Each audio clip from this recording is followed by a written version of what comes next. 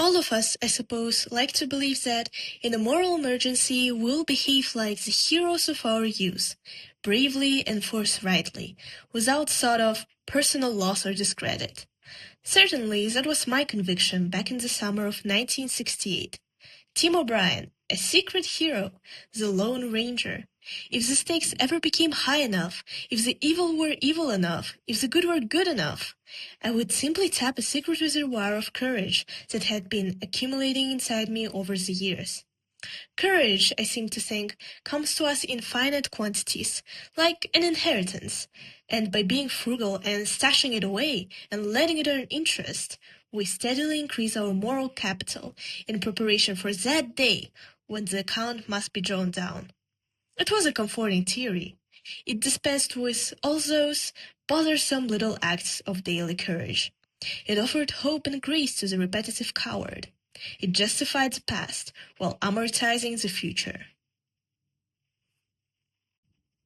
This is a passage from Tim O'Brien's semi-autobiographical collection of short stories called The Things They Carried, particularly a short story on the Rainy River that explores how even the people who found the Vietnam War to be immoral went to fight in it anyway.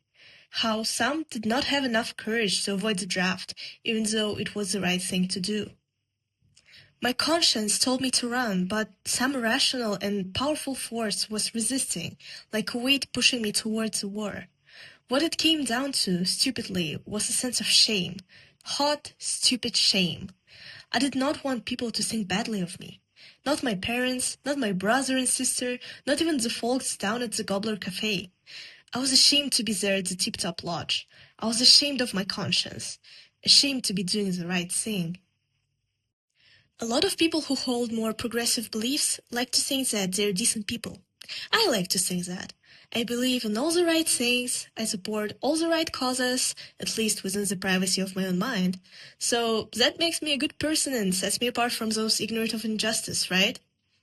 Well, as it turns out, unfortunately, when you don't actually do anything substantial, your beliefs mean woefully little.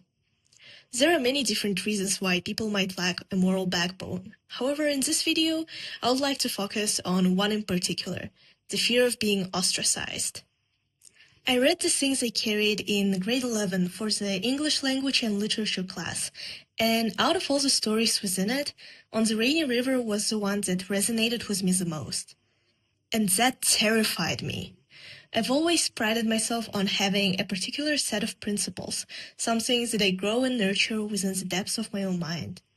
However, something that I am much less proud of is my incessant and overwhelming desire to constantly please those around me, swallowing my words and bending myself backwards to not rock the boat, to keep a well-crafted facade of moderation and respectability, constantly trying to filter and sanitize myself to avoid scrutiny, to avoid uncomfortable questions and conversations, betraying my own principles and beliefs for the sake of maintaining a shaky status quo because conflict feels as scathing and painful as pouring acid on my skin. And that's the core of the issue, isn't it? In most cases, people-pleasing manifests as a result of conflict aversion. Whether it is from cowardice, insecurity, or self-preservation, I cannot say.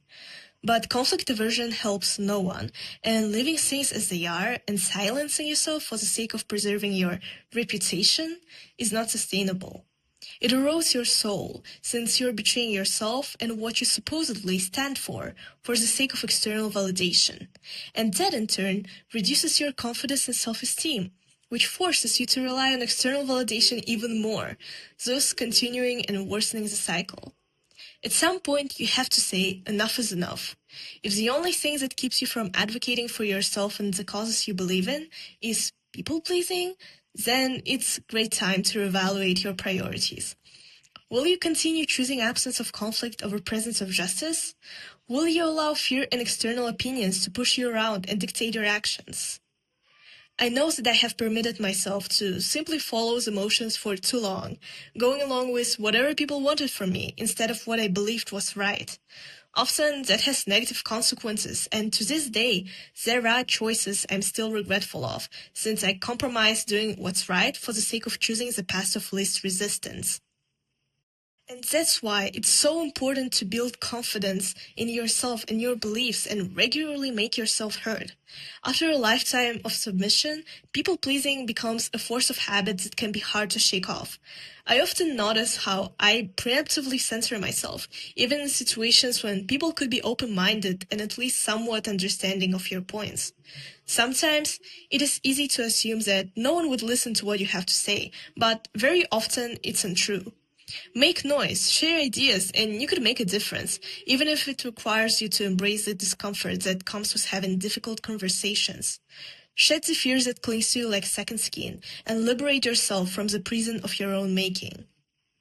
And I know that I'm speaking from a place of relative privilege, since my living situation is good, so making these changes could be easier for someone like me than for those who are less fortunate. But it doesn't mean that you shouldn't try. I'm not making this video from a place of judgment or in an attempt to shame people. I'm making this as a promise to myself to try and do better, to actually live in accordance with my beliefs and not let insecurities and fears hold me back. I'm making this video looking at the mirror, and I'm imploring you to as well.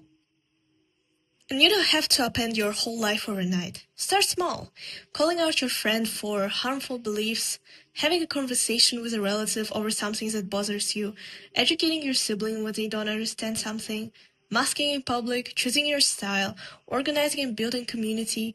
All those are steps that you can start taking today. And I want to take them as well, or at least try to. Depending on when I finish this video, I'm likely to cut my hair short, even though it is something most people in my immediate circle heavily disapprove of. It's a small gesture. It's silly and won't have much of an impact on anything. But it will be fulfilling a promise that I have made for myself, instead of yet another betrayal, so that is a small win in my book. So go ahead and be heard. Live your life true to yourself and your principles. Abandon people-pleasing and the self-loathing that it inevitably causes, and move towards a better future, both for yourself and others. We all live in a time when many history-defining events are occurring at once, as the world plunges further and further into chaos. So, if you want to stand up for what's right, don't allow fear to hold you back. The best time to start was yesterday, but the second best option is today. Now. So, on that note, I implore you to donate money to a fundraiser by Mohammed to help him and his family of four survive the genocide in Gaza. I'm going to read to you the most recent update on his fundraiser. Unfortunately, most of my family and my child are infected with the virus, with high temperatures and coughing. In light of the collapse of the health system, the ban on medicine in Gaza, and the occupation's threat to occupy Gaza and completely displace it, we are in dire need of more donations. Donating at this time is essential for us. We must prevent any deterioration in the children's health. Food is available in the markets in limited quantities and their prices are high. Your donations reach us and are a lifeline. Please make our voices heard. Don't forget us. Explain what we're going through to your friends. Explain to them the importance of donating at this particular time in light of the genocide and living in tents in the high temperatures and lack of electricity and infrastructure. We thank everyone who is following our campaign and our ongoing struggle.